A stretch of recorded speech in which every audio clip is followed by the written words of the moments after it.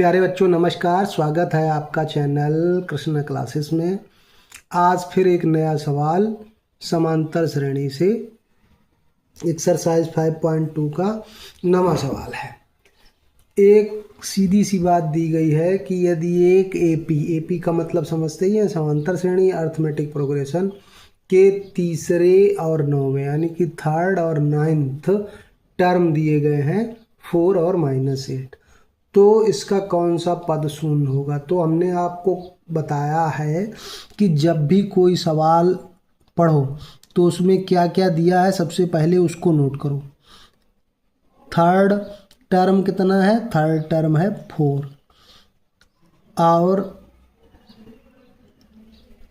Ninth term नौवां पद है इसका -8। अब जब भी कोई पद दिया जाए तो हमने आपको बताया सूत्र याद करने की ज़रूरत नहीं। जो भी पद दिया जाए ए में जिस पद की बात कही गई है उससे एक कम संख्या लिख के डी लगा के जोड़ दो। जैसे तीसरा पद है तो इसका फार्मूला क्या होगा? हमने कहा ए और इससे एक कम करो, 3 से 1 कम किया 2 और डी लगा दो, बस फार्मूला बन गया बराबर 4। तथा अब नमा पद का सूत्र आप बताओ, इसी तरह से बनाओ। कैसे बनेगा? ए 9 से 1 कम किया 8 और डी बराबर -8। तो आप सीख गए। अब कल वाला सवाल हमने आपको बताया था विलोपन विधि से, आज बताते हैं प्रतिस्थापन विधि से। अगर प्रतिस्थापन विधि विलोपन विधि नहीं आती है तो वो भी सीख जाएंगे। समीकरण 1 से इससे क्या करिए, इस डी को उधर ले जाइए, पक्षांतर करिए तो पक्षांतर में क्या होता है? चिन्ह बदल जाता है। ये वैल्यू आ गई, ये 1 मान लो और ये समीकरण 2 मान लो। अब क्या लिख दोगे? ये समीकरण 3 मान लो। समीकरण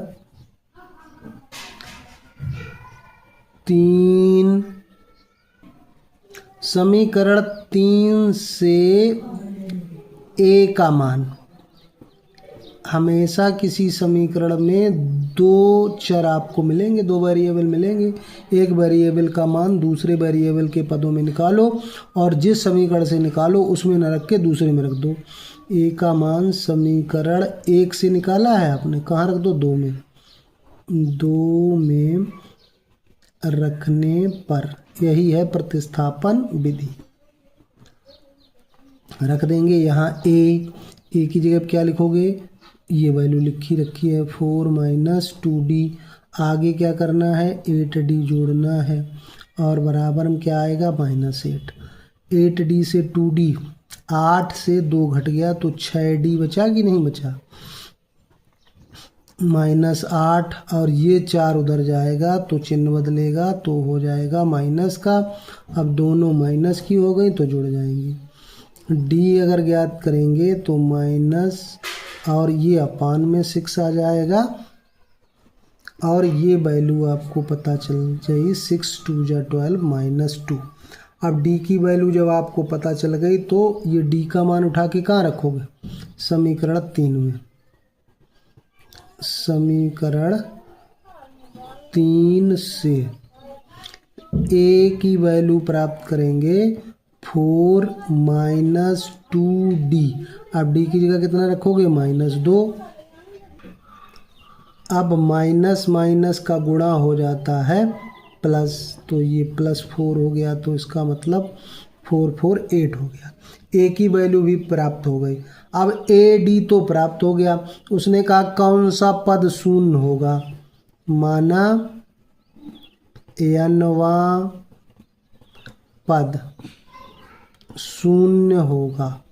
कोई एक तो पद मानना पड़ेगा, शून्य होगा। अब n वां पद का फार्मूला हमने बताया, ए में जो पद निकाल रहे उससे एक कम करके डी चिपका दो उसके साथ। ये तो आपने शून्य मान लिया। ए की वैल्यू आ गई 8, n पता नहीं है, ठीक है, और डी की वैल्यू आ गई -2। तो 8 को इधर ले आओ तो -8 हो जाएगा। और इसके अपॉन में -2 हो जाएगा, उधर रह जाएगा n-1। ये बात सबके समझ में आई कि नहीं। प्लस वाली संख्या इधर आई माइनस की हो गई, गुणा वाली संख्या भाग में चली गई, ये कैंसिल हो गया। इससे पता चला कि n-1 आ गया, 2 4 जा 8, तो n बराबर कितना आ गया, ये -1 उधर जाएगा, 1 जुड़ जाएगा, तो कितना हो गया 5, यानी कि 5वां पद जो है इसका 0 हो जाएगा, इसका 5वां पद 0 होगा। तो ये हो गया आपका आंसर। अगर बात समझ में आई है, सवाल समझ में आ गया है, तो वीडियो को लाइक करना है, चैनल को सब्सक्राइब करना है, कम से कम 2-3 दोस्तों को बताना है इस चैनल के बारे में। अब इस सवाल को अगर आपको ऑप्शनल में दे दिया जाए तो इसको ओरल करने की विधि बता रहा हूँ। तीसरे और 9 में कितने का अंतर है, 6 का, 6 पद बीच में है, यहाँ कितने का अंतर है, 12 का, -12 का, इसको इधर ले जाएंगे तो -12 का अंतर है। अब -12 का अंतर है तो यानी कि तीसरा पद 4 था और 9वां पद -8, यानी कि पद कम हो रहे हैं, एक निश्चित संख्या कम हो रही है।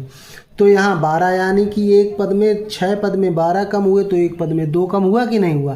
तो 4 था तीसरा पद, अब ये कम होके 0 हो जाए, यानी कि चौथे पद में 2 कम हो जाएगा, 5वें पद में और 2 कम हो जाएगा, 0 हो जाएगा। तो बस ओरल निकाल सकते थे।